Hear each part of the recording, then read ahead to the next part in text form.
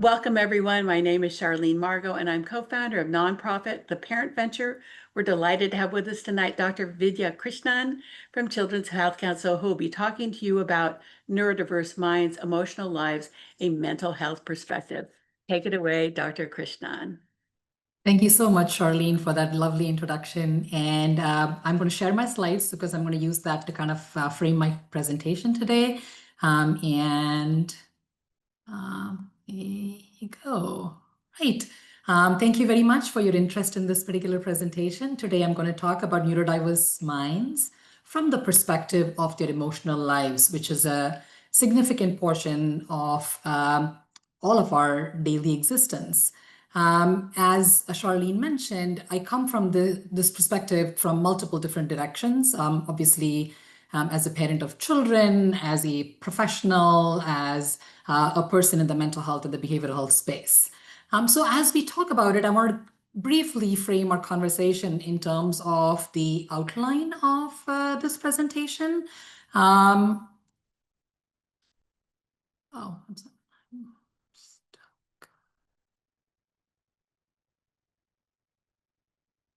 I'm sorry, I'm just going to try to. There we go. All right, I'm going to briefly talk about an outline for this presentation. I'm going to talk about 5 main elements. First is, what is neurodiversity? What does emotional health in the context of neurodiversity really mean? Why does all this matter? Why are we having this conversation to begin with? And next steps, where do we go from here? But most importantly, I really want to focus on a strengths-based approach because neurodivergence is all around us, as you will see in the next part of my conversation. So when we talk about neurodiversity, what do we really mean? What is neurodiverse? So the National Library of Medicine comes to the rescue. They talk about neurodiversity being really, it describes the idea that people experience and interact with the world around them in many, many different ways, right? With no one right way of thinking, learning, feeling, behaving. And all these differences are not necessarily deficits. In that sense, neurodivergence really is not a medical word or a diagnosis. It really refers to the diversity of all of us as people in this world. And one of these things that I always talk about is how do we think about neurodivergence or conceptualize it, because I do know it has been co-opted by the mental health space. So what really is the ways in which we think about neurodiversity? Like everything else in nature, right? No two things, no two people are fully alike. Even twins, there are things about twins that are different from each other. And now the factors that could influence this, some of these can be developmental reasons. Developmental reasons typically means we're thinking of things that have been present since birth, right? Or since conception, one of those few things. And acquired is things that actually happen somewhere over the course of one's life. Now, that is an important distinction between the two. And why does it matter? The reason it matters is because developmental neurodiversity means that those skills have developed in that particular manner all along the course of someone's development. For example, as you can see in this particular picture, I purposely included someone who's left-handed. It is a very common form of neurodiversity. There's many forms of it, but left-handedness happens to be one of them. And people tend to have handedness be a part of their existence over the course of their lifetime. Now, if you were thinking about this from an acquired standpoint, say, for example, someone has an accident, or say, for example, someone has a stroke. These are circumstances where my right hand, which was what I was always used to using, now is no longer as effective. And therefore, through the use of rehabilitation or therapy, I've taught myself or I've been coached to now use my left hand in its place to serve the same functions. The reason these things matter is because how the brain then wires itself around this neurodiversity or not is really dependent on whether this is how it always was or this is how it is now. And that is an important distinction to remember, and it will come up intermittently over the course of time. And also what we do in these circumstances are slightly different based on this important distinction. So the bulk of this presentation, to be honest with you, is going to focus on developmental neurodiversity. That is not to say some of these same challenges, some of these same concerns, some of these same strategies are not effective or helpful in an acquired form of neurodiversity, but there may be some variations and there may be some differences here and there between the two of them. And that's important to remember because it's meaningful. And I've had a few instances where these two things sit on each other, where there was developmental neurodiversity to begin with, and then something has happened on top of it that then makes a more complicated picture, which is also something that's a meaningful, important difference to debate. Because in that instance, you want to categorize how things were before the incident happened that changed things, and then how we are trying to mitigate for that and what we are going to do in the developmental sense. So that gives us a few more layers of complexity in the situation. So we're talking about, like I said, there's all forms of diversity. So what I want to spend a micro moment thinking about is what are the various domains in which people can be neurodivergent? And to be honest with you, when I was looking this up through research studies of all the possible ways in which a person can be neurodivergent, not a single one of you, I'm sure, is surprised to hear many of the things on this particular list. But also, this is not even a comprehensive list of all the ways in which we can be different from each other. And that is very, very, very meaningful. Like, right, there are visual ways in which we're different, verbal, our attention concentration spans, memory, sensory awareness of things, expression, the way we observe things, cognition, which is the way we think, motor functionality, which can be very different from each other. The way we empathize with each other can be very different. Our visuospatial skills, how we perceive the world around us, can also be different. The creativity, our temperaments. But what I want to spend a minute talking about beyond all of these domains of divergence is that for most of us, as is definitely true for me, we have multiple domains of divergence. So I am more likely than not different from somebody else, not just in the way I see things or the way I do physical activities. It would be a little bit of this, a little bit of the other. And these little things, when you add them together, make a whole ball that makes us unique individuals, that make us very different from the person right next to us. And in that way, every single one of us, without a single exception, is actually neurodivergent. And that's an important concept, I feel, to really run home on because it's a meaningful one. So from there, so what the idea is, how do all this neurodivergence come to be, right? It's a good question to ask. Where does that come to be? And so that's important to think about. So obviously, the where we start going from neurodivergence as a human condition, which is what it really is, to where neurodivergence becomes more of an identified area, it really comes it's like everything else is a longer spectrum. And it really is less about the neurodivergence itself, and it's far more about how does this combination of who I am make it challenging for me to interface with what is required of me and is required for me to be successful in the universe. So it's more from that functional output standpoint that we're looking at. For example, I'm someone who is neurodivergent very much in the sense that I process information visually far quicker than I can process information auditorily, which means that almost every time I'm telling people, yeah, you can give me a lecture like the one I'm doing, but I'm probably going to be reading the slides because I'm going to get so much more out of it because that's how I think and that's how I get information. But if it makes it so that for some reason, even though I'm much better at reading the slides, either that option is not available to me, or for some reason, due to another factor, my attention is not the way it is, or I can't take down notes as fast, now I have 2 or 3 things that make a triangle that make it harder for me to access this information. And now my neurodivergence is making it harder for me to access this presentation, say, for example. So how do I mitigate that is really the question of the moment. So now going back to the point of the genetics of how do we become neurodivergent, a lot of it really is genes, the things that sit on top of our genes, and some combination of all of those things. It's really, I mean, I know it's super simplistic to think about it, but really does boil down to that. Because our genetics basically is the DNA blueprint, if you will. And naturally speaking, there is genetic variation. That is just, again, part of a little bit of as the genes get made towards the early part of conception to kind of they transform in really small ways. Some of these things don't even really reach a particular bar in any meaningful manner, but they make for slight variations. Like my eye is a slightly darker blue than your eye. I mean, eye is not blue, mine is black. But what I mean is that even those kinds of things can come from really minor variations.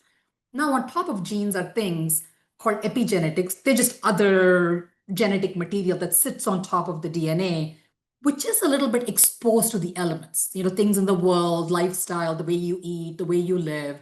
And what happens over the course of time is that we accumulate these things on top of our genes, and slowly these things become incorporated into our genes themselves. So what was actually from the outside now becomes on the inside, and then that can actually get transmitted down the generations. For example, a good example is that, say, for example, a forefather of yours or a foremother of yours was in a situation where they got exposed to some chemical that changed a particular part of the DNA.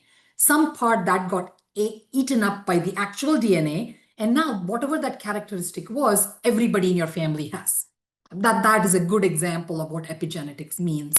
And the last point is that some complex interplay of all these things can also be then responsible now. A little bit of genes, a little bit of the environment, a little bit of a variation, a little bit of something that sits on top of all that, all make one little soup, and then that accounts for where you are in the neurodivergence spectrum, if you will. So when I described the neurodivergence and how it comes to be, comes to our attention, if you will, in a more clinical kind of space, like the spaces that I inhabit, there are some standardized, for lack of a better word, combinations of neurodivergence that have gotten labeled, right? Like if you have this combination of features, if you have A, B, C, and D, we'll call it this. If you're someone who has 1, 2, 3, 4, we'll call it this, right? The most common forms when we say neurodivergence in the treatment space or the behavioral or the mental health space, the most common things we're referring to are the things that are on this particular slide. ADHD comes out, autism or autism spectrum disorders is part of that, one of the common conditions. Learning disorders is another form of neurodiversity. Intellectual differences, information processing differences. There are all a few common forms of neurodiversity that are labeled, if you will, or packaged, if you will, for easy communication, easy identification, almost like a shortcut, if you will. But those are not the only neurodivergent condition by any means, as you can imagine, based on our previous conversation about the various ways in which a person can be neurodivergent, just as some of those things don't have names. And unfortunately, as is true with some of these conditions, they'll say, if you have, in this package, if you have 5 things out of 7, then we'll call you, say, ADHD. Say, for example, does that mean that someone who has 4 things out of 7 or someone who has 6 things out of 7 is somehow the same or different? I don't think we have really good answers for those kinds of questions. And the reason I want to point that out is because people in those situations where they are only one off from whatever the label is, still have needs, still need support, still need recognition, and still need things that we don't always think about. And this really feels like if you neatly fit into this box, it's great. And if you don't neatly fit into the box, we really don't know what to tell you, kind of a situation, which sometimes can be very frustrating. Where does mental health come into this picture? Some people, which is why I put this right after that, is that people think of mental health as another form of neurodivergence as well, right? It represents a different way in which we process the emotional experiences we have, if you were to think about the original list of all the neurodivergences I went through. So while any mental health issue can happen to anybody, right? There's no particular in list saying, these people will have mental health issues, those people won't. We're all in the same boat. We're all in the same bucket overall. What is most important to recognize, and there's very clear reasons why this is true, anxiety and depression are absolutely by like a long margin up there in terms of the most commonly identified mental health issues among neurodivergent people. And yes, that is true. And what I want to kind of qualify that is by saying the most commonly studied areas of neurodivergence are three of the five buckets I presented, which is ADHD, autism spectrum disorders, and learning disorders, are more commonly studied than other kinds of neurodivergence. So, yes, this is more true, and it is more true in this particular group. So that's important to really recognize as we have this conversation. And how are we, like, so what are other diagnoses? Like, yes, I talked about anxiety, yes, I talked about depression, but even more common, to be honest, than even anxiety and depression is multiple types of neurodivergences happening in the same person. For example, a person having autism with ADHD, autism with ADHD and a learning difference, autism, ADHD, and a processing issue. The reason I bring it up is because there seems to be a tendency sometimes for some neurodivergence to cluster together, and that makes for a very important thing, because identifying all of these various neurodivergences that happen in a particular person really allows us to be very tailored about how we approach this particular person. And the reason that's important is because sometimes what happens is you identify a particular neurodivergence, say autism in somebody, and then you declare victory and you do nothing else when they might be struggling with other things. And that makes you actually a lot less effective in being able to support this particular person, like all of us, when we are fully understood and all parts of us are properly understood.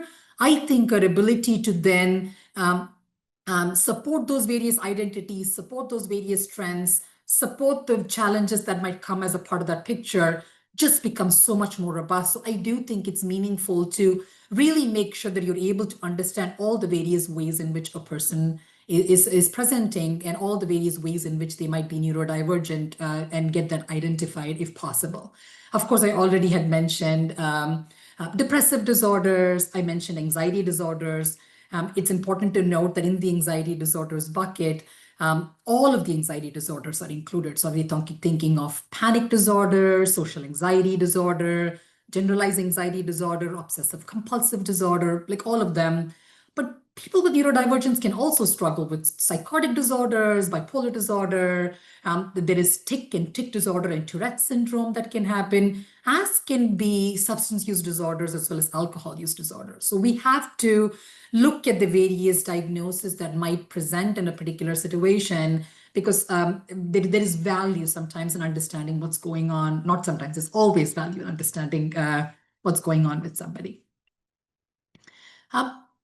So, what is the anxiety and depression, like, when we're talking about them being kind of up there in the numbers, what are we really talking about, right?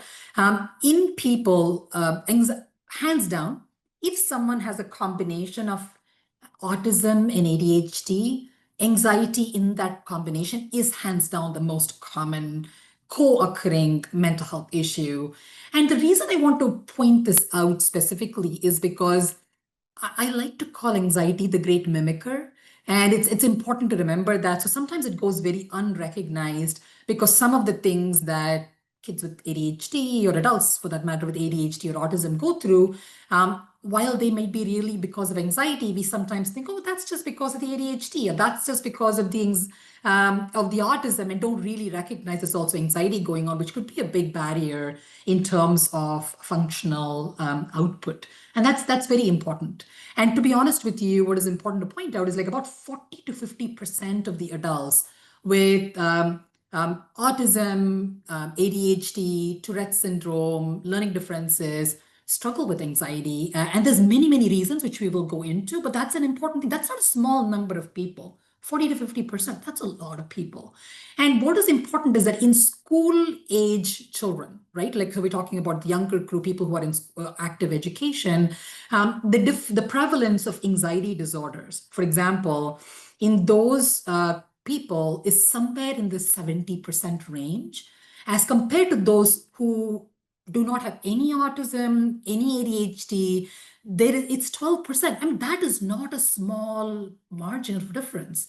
So where is 70% and where is 12%? I mean, and so that which is why we say the biggest undiagnosed challenge in the neurodivergent population really is anxiety disorders. And the other interesting difference, which tells you more about the neurodivergence and the functionality, really comes from the idea that in people who don't have these these diagnoses, right? When I say these diagnoses, I mean learning differences, autism, ADHD. There is a gender difference. Girls tend to have more anxiety in the typical population or the neurotypical population as compared to boys who are identifying in that particular manner. There is no gender difference when you look at people who have autism or ADHD. And I think that's important. I'm going to have you bookmark this for a moment because we'll come back to this in a few seconds and think about why that is the case, because that makes no sense. And I feel like the neurodiversity has an important role here to play in terms of why that might be the case. Okay. The next one, because depression is the other biggie in terms right behind anxiety, about 30% of people with neurodivergence have depression, right? And the important thing here also is that here the baseline rate, similar patterns to anxiety that we are seeing, which is that you see about in baseline for non-neurodivergent diagnosis folk, there is a gender diversity. Females are twice as likely to have depression as compared to males. And as you can see, the numbers are 8% and 4%. Again, big difference, right? Where is 30, 40%, and where is even 4 or even 8%? So that pattern we saw with anxiety, just as true in people with depression. Just that the numbers look a little bit different because anxiety being just that much more common. The caveat I'll offer here is the idea that when I say anxiety, because I lump in all the anxiety disorders, I think that makes the number to be bigger. But I do think they need to be lumped together because sometimes you see people with multiple of the anxiety disorders. So I do thinking of them as the broad anxiety umbrella makes a lot of sense. So why? I mean, the other thing I want to bring here is the role of trauma. And the reason I want to bring in trauma is that many kids, I mean, from many reasons, right? Either from the neurodivergence alone, like I still remember thinking back, like I grew up and was raised in India, and neurodivergent support when I was in school was not a big thing. And it comes from the little stuff like we had, which is why I use left-handed as an example at the start of this particular video, because there were, as is common in every classroom, a bunch of left-handed folk. And I still remember so clearly being in, somewhere in first, second, third grade, something like that, very early, doing crafts in my class and realizing that there was no left-handed scissors for the kids who were left-handed. I mean, for most of us, first, second, or third grade is not a space of great motor control, or we're not very skillful in doing that. But imagine that if you were somebody who was doing that same craft that everybody was struggling with one or maybe two hands tied behind your back. It's almost like you're using your foot or your mouth to do the activity. How much more challenging something like that would be. And the reason I bring this up is that while this doesn't feel like quote unquote trauma from the big T trauma or like a car crash would feel like, it is important to recognize because this constant feeling of invisibility, we see that in clinical spaces where constantly feeling invisible from your neurodiversity, where people don't think of you, people don't plan for you, people don't include you in very routine places, in very routine spaces, can have a very lasting impact on your place and value in this bigger scheme of things. And that's meaningful. And that's not the only kind of trauma. There is also more formal types of trauma. Some kids also have treatment trauma. There's various kinds of things that we see. And the reason I want to bring it up is because trauma can sometimes be a great mimicker, and that's really important to recognize in this particular space. What I mean by that is autism, ADHD, trauma can sometimes look like each other. I know, like, how would that be the case? Kids who are very traumatized from a very young age, has experienced emotional neglect as a child, can sometimes look very autistic. It actually means that they actually need treatment and support for the trauma. Doesn't mean that they don't need support or treatment. but the nature of that support needs to look very different based on that. So there's a lot of mimicry. There's a lot of amplification. What I mean by that is if I have ADHD or if I have autism and then there is trauma on top of it, everything looks bigger, like much bigger. And that has to be, so it's almost like it's twofold up bigger or threefold bigger. Trauma also really interferes with the way we approach spaces, the way we approach people, the way we approach tasks. And so it affects your thinking, your memory, your attention, your focus. That's important to remember because learning is such a central piece of childhood experiences. And similarly, trauma, for obvious reasons, also intersects with emotion regulation, which is important to remember because now we are looking back at that depression and that anxiety in the context of trauma with neurodiversity with really fresh eyes and saying, oh, wow, so if this is the intersection we are looking at, I can see how these things kind of play with each other. And that is a big part of the work we want to do with each other in this particular space. So why is there this 60%, 12%, 7%, like big difference in depression, anxiety kinds of spaces? One thing for all, just because someone's neurodivergent, like we said, we're all neurodivergent in some way, the baseline rates of mood or anxiety disorders doesn't escape neurodivergent folk any more than anybody else, right? We are all subjected to a certain level of impact from a mental health standpoint. And so that contributes to the part, obviously. The other thing is that the neurodivergence itself might make it so that the chemistry or the way the wires in the brain are placed in might make some of the circuits work in such a manner that there's maybe a slightly higher level of vulnerability for mental health issues. And there are some studies that show, like for example, particularly the cross between autism and anxiety, there are certain parts of how the autistic brain works in the caudate nucleus and certain parts of the brain make it, there's a proneness towards anxiety and some of the, so that could definitely explain some of the things. The other thing I wanted to point out, like the example I gave you about schooling in my early part of my life, you imagine someone who's experiencing in the school, if your neurodivergence either is not known, not understood, not fully characterized in this particular space, and not therefore supported or enveloped in a timely, developmentally appropriate manner, that can actually have an impact, as you can imagine, because there is a decent amount of research, and this was done in learning disorders, which is fascinating. Your brain, a person's own brain, so my brain knows my own neurodiversity and is able to distinguish my brain's functioning from that of the environment before I can even say the words. Under the age of 4, brains of people with dyspraxia or dyslexia or some of those things that we're trying to do in the early stages are already recognizing that they're very much a square peg in a round hole. The rest of us are basically just catching up. The brain and the body already knows, and that's really important. And that is where the role of the environment comes. So it's almost like I already know, my brain at some very deep level has already understood this divergence. I'm just waiting for the world to kind of come on the same page. Obviously, the stigma associated with neurodivergence and the way people with neurodivergence are looked on or in society plays a big role in the mental health space. And it's very important that the other important point I want to bring up is it's really important to recognize how central to all parts of our life. I know I put in academic and social, but I mean academic work and social experiences are to the human condition, right? We are people who define ourselves by the work and the value and our connections. And if for one reason, one or both are affected, no matter the reason, it really plays a big role in how we see ourselves and how that contributes to one's own self-esteem or the other important indicators of self and agency.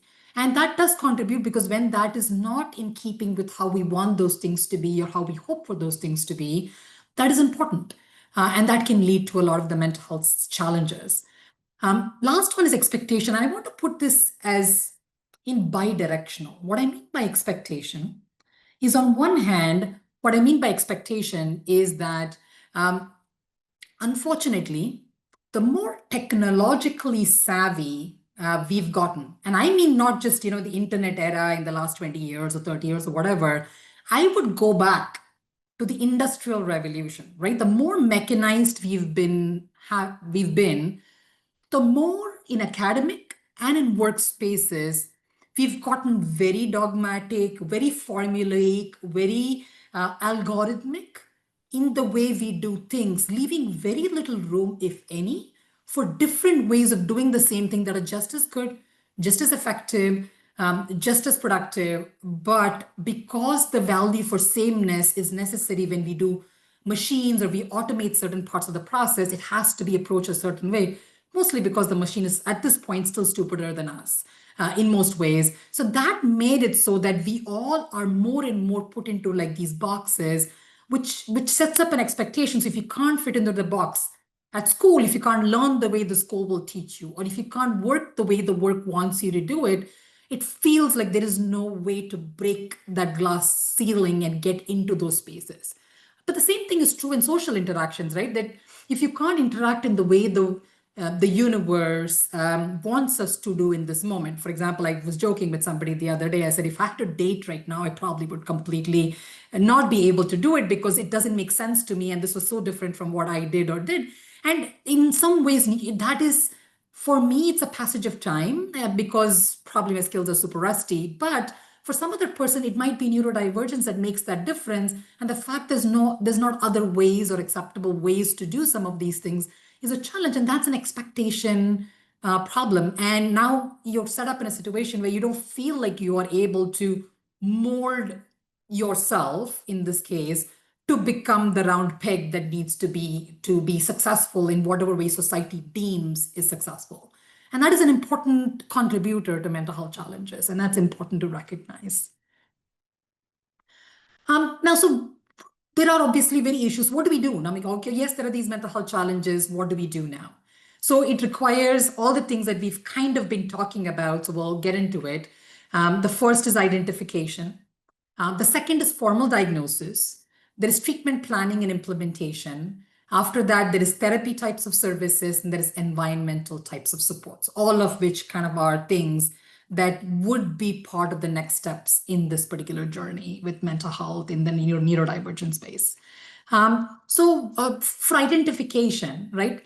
The reason why identification is very important, and especially as a person who specializes in working with children, many of the ways in which anxiety or depression might look, or we think about them or conceptualize them, look very different in children than they look in adults, even when there is no neurodivergence involved whatsoever.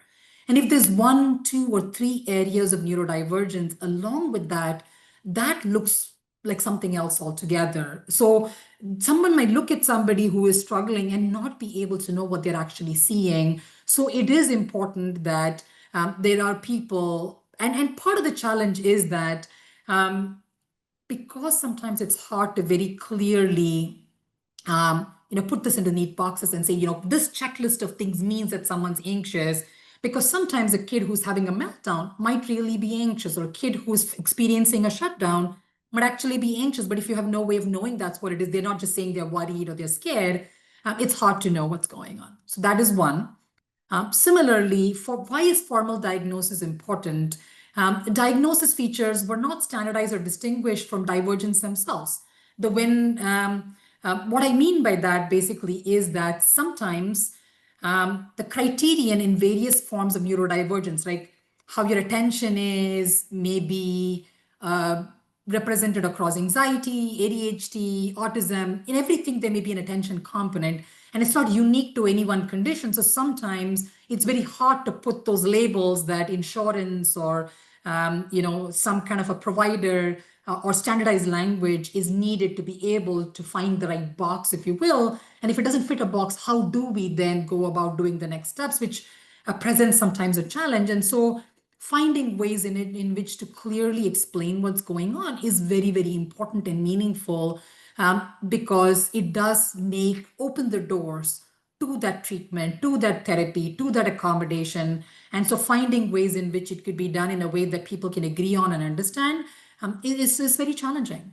but definitely very worthwhile.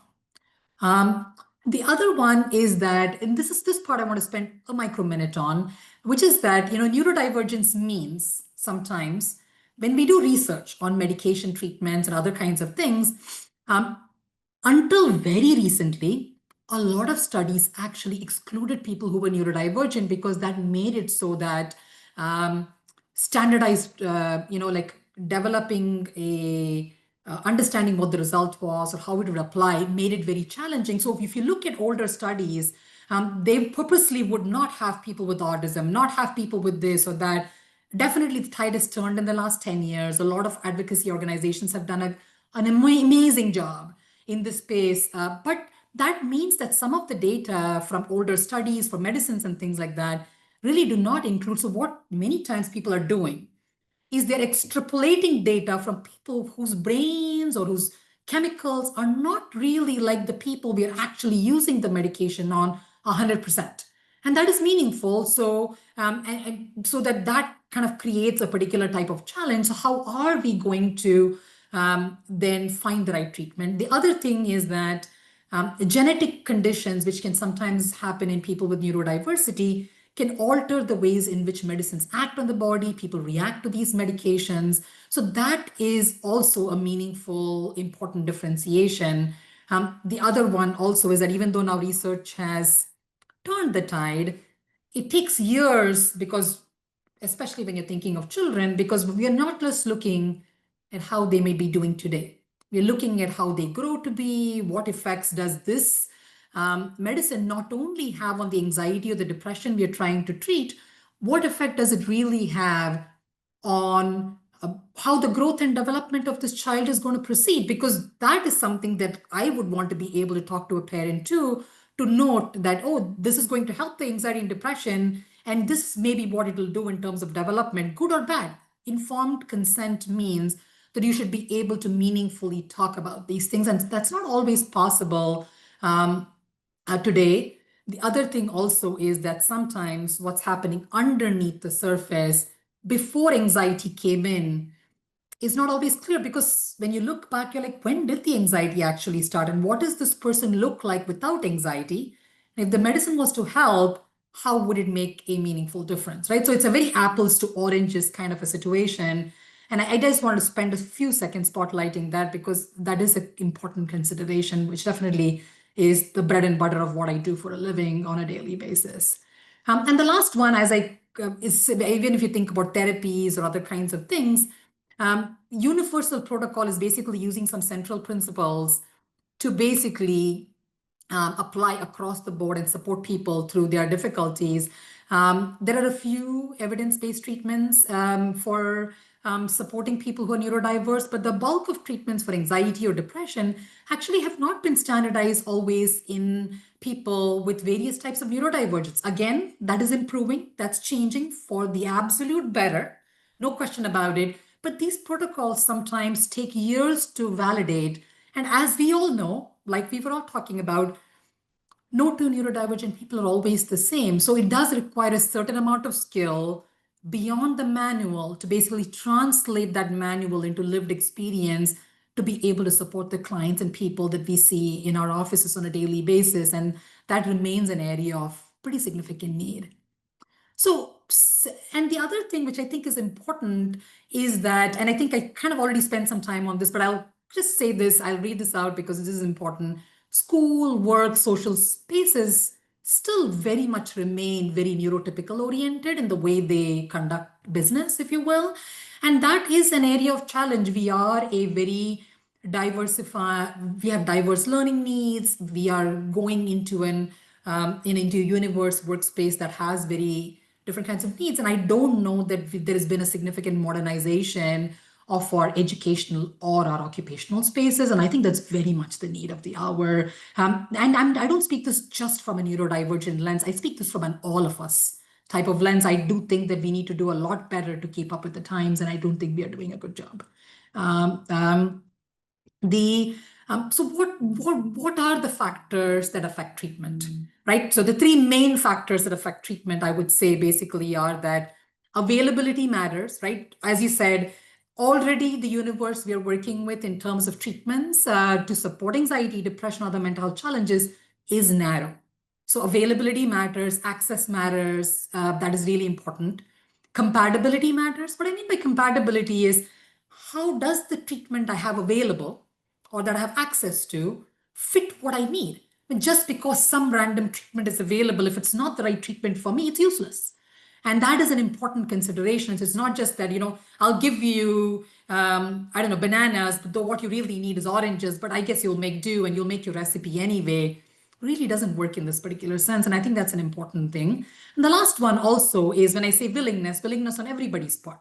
Right? Just because we have the treatment available and the access is there doesn't mean that somebody comes ready at the table. And I don't mean this in a criticism kind of way. I mean this in the sense that sometimes people have been burned with the treatments that they had. They're coming from a trauma experience. They're coming from feeling like multiple people, institutions, spaces have failed them over the course of time. And there's not a lot of trust that something can actually be better, do better, especially when spaces feel non-inclusive. And I think that is where sometimes the willingness comes in. So what are we doing to reduce stigma and to increase acceptance? And I do think it leans into something what I'm going to talk about in the next slide as well.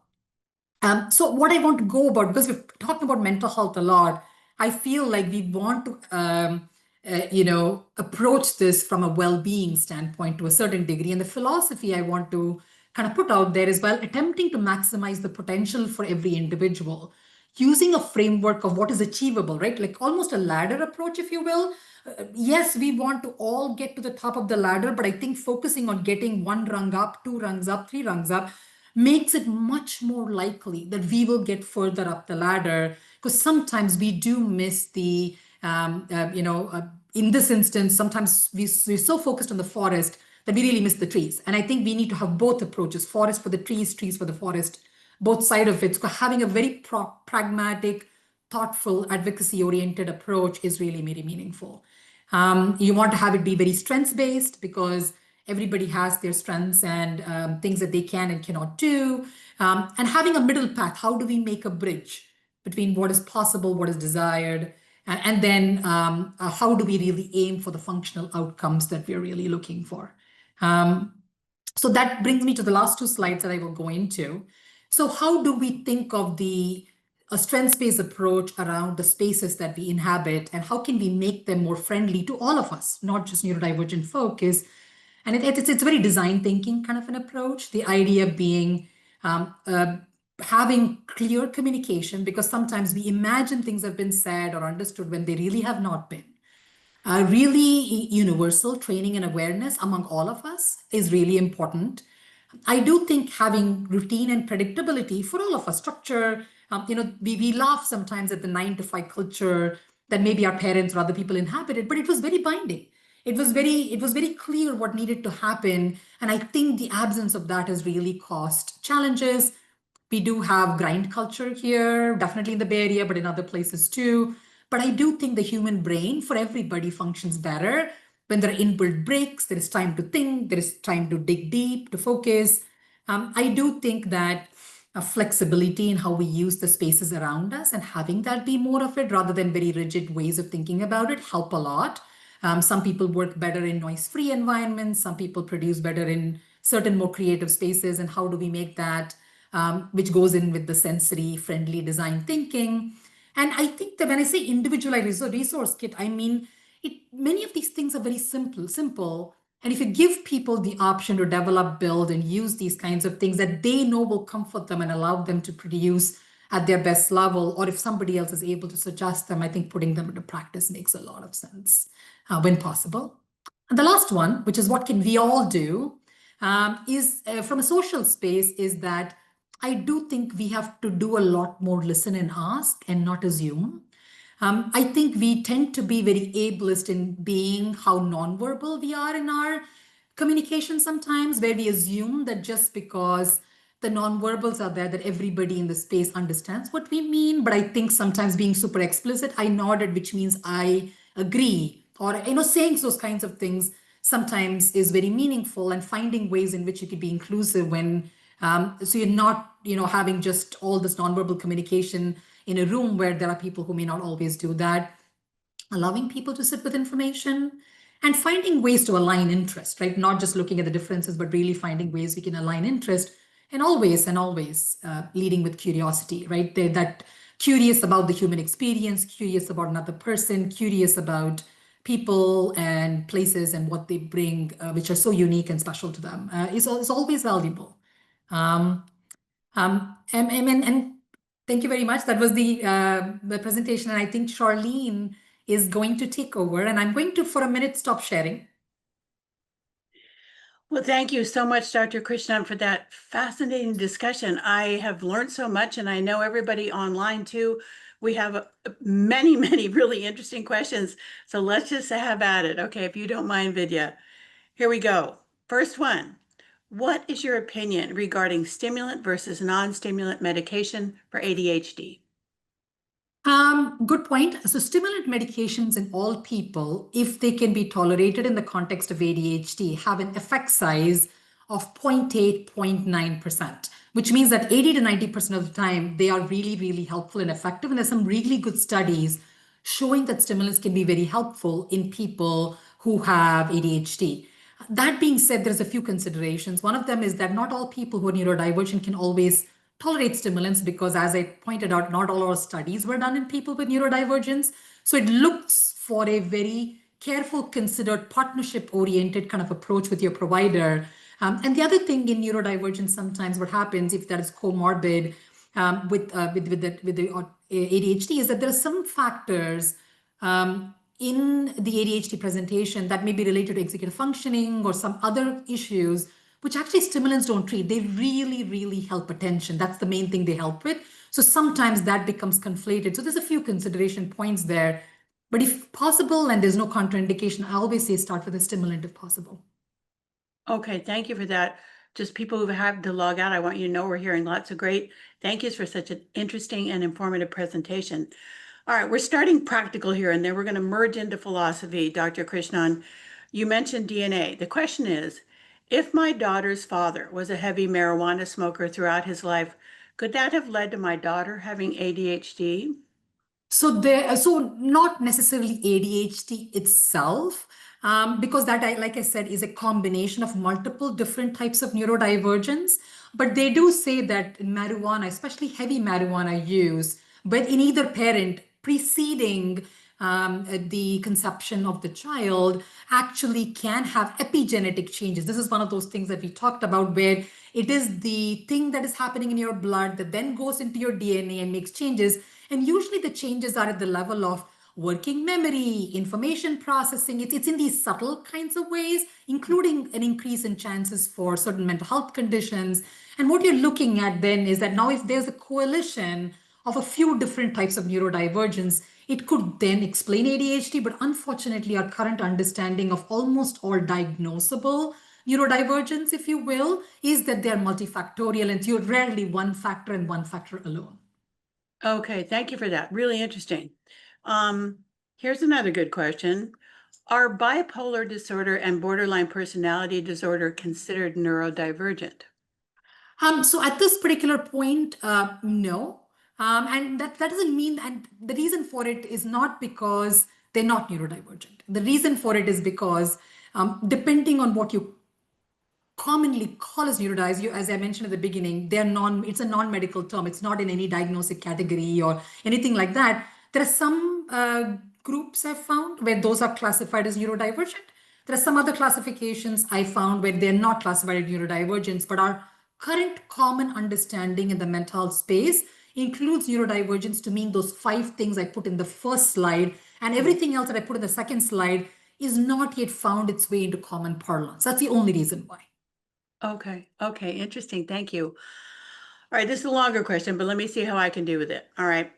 Question is, there seems to be some disagreement in the autism communities about whether autism is on a severity scale and most people are a little autistic, or whether it's an either or proposition.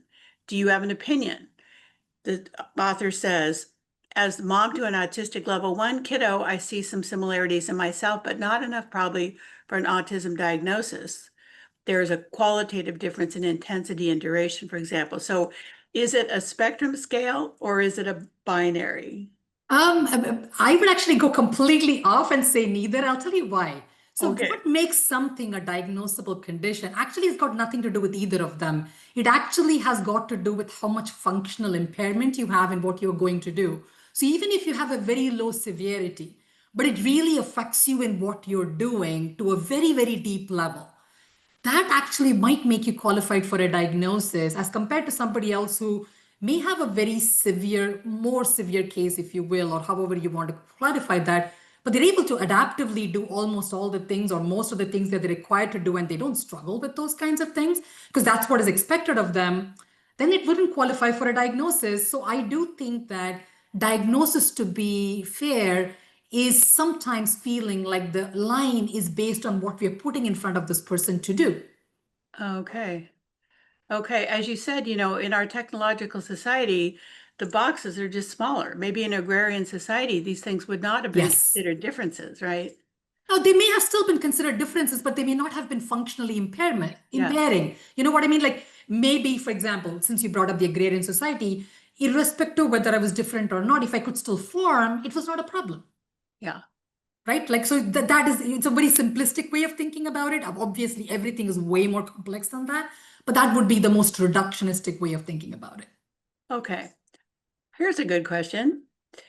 Do you find that the relationship between anxiety, depression, and neurodivergence has more to do with unmet needs and less about the individual's neurotype? The writer says, once I understood my own brain and got help later in life, most of my anxiety resolved itself as I could advocate and find appropriate accommodations. And that is a very big element. That's not the only element, but it is a very big contributor to anxiety. You've identified something very important. The lens from which I will say this, and you brought up a very important point, I'll underline that as I got older. As you notice, the bulk of the data I shared was in school age children. And I would Yeah. say, hands down, that is the group of people who have the least amount of agency in terms of being able to advocate for themselves. They are in pre-made situations. They may not even understand themselves or their needs. They may not. So it does require development of those executive functioning skills, an understanding of self, a growth in identity for them to fully do. For example, having done the job I do for 20, 25 years, there's been many instances where I have seen kids in middle school or elementary school who are struggling when they're in that age, who I've seen at the other end, who are college graduates at the other end, who are found the right spaces and the right Yeah. ways in which to succeed. And I'm not saying every time it's true, but it's been true enough that I feel that that is a meaningful explanation, or at least one of many meaningful explanations. Such an important thing for families to know, isn't it? Yes. All right. Here's another. They're all good questions. They're all good questions.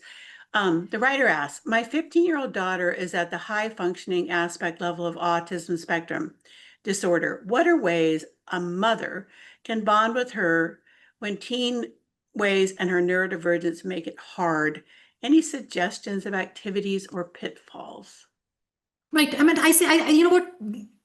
Neurodivergent autism or not, bonding with a teenager is a task and a half. I have to, I can say. So I think the way I think about it is that all you can do with the teenager is that you can be present. It's surprising how much they take in, they listen, they inhabit, even if they don't seem to be. So I do think that finding ways to spend side by side time with each other, even if you're not talking or communicating, doing things of interest, particularly what I will usually say is of interest to the child.